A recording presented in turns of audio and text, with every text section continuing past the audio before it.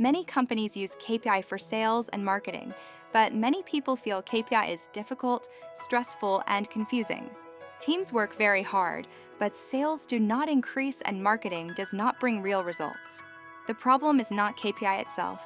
The problem is how KPI is created and used. Many companies skip important steps and start with numbers without understanding the data. In this video, I will explain step by step how to create KPI for sales and marketing in a simple and practical way, using real examples, so anyone can understand and apply it in real business. Before setting any goal or KPI, we must look at existing data. This is the correct and professional way. First, collect sales data. Look at last year or the last 6 months.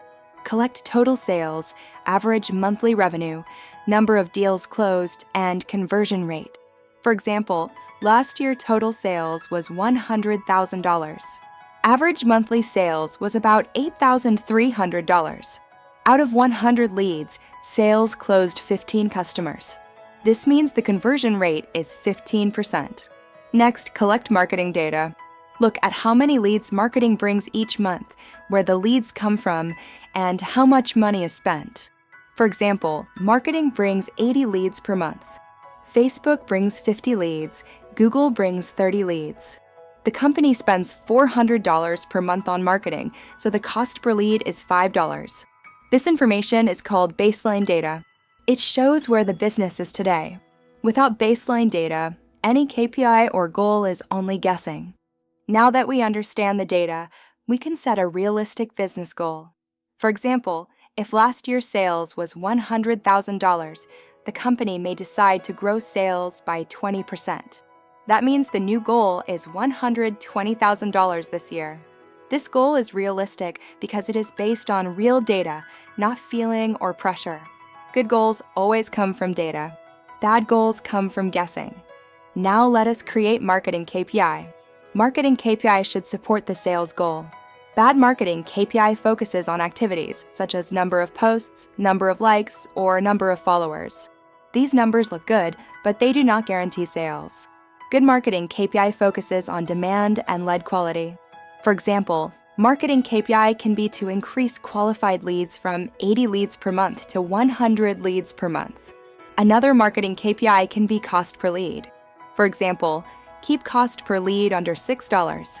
Another marketing KPI can be lead source quality. For example, Facebook leads convert better than Google leads. These KPI help us understand whether marketing is helping sales or not. Now let us create sales KPI.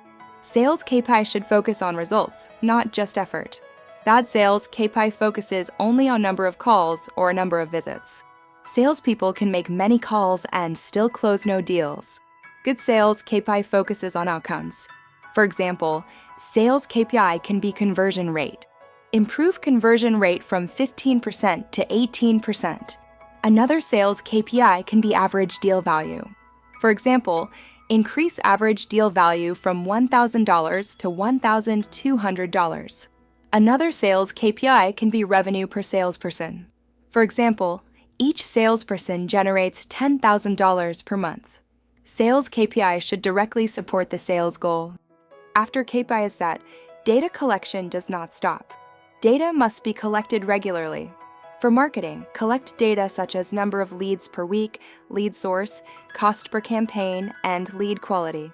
For sales, collect data such as number of deals closed, conversion rate, sales cycle time, and monthly revenue. Use simple tools like Excel, Google Sheets, or a CRM system. For example, every week marketing updates lead numbers and sales updates closed deals. Simple tracking is enough. It does not need to be complicated. Now we analyze the data. Do not make it complicated. Ask simple questions. Which channel brings better leads? Which campaign costs less? Which salesperson converts better?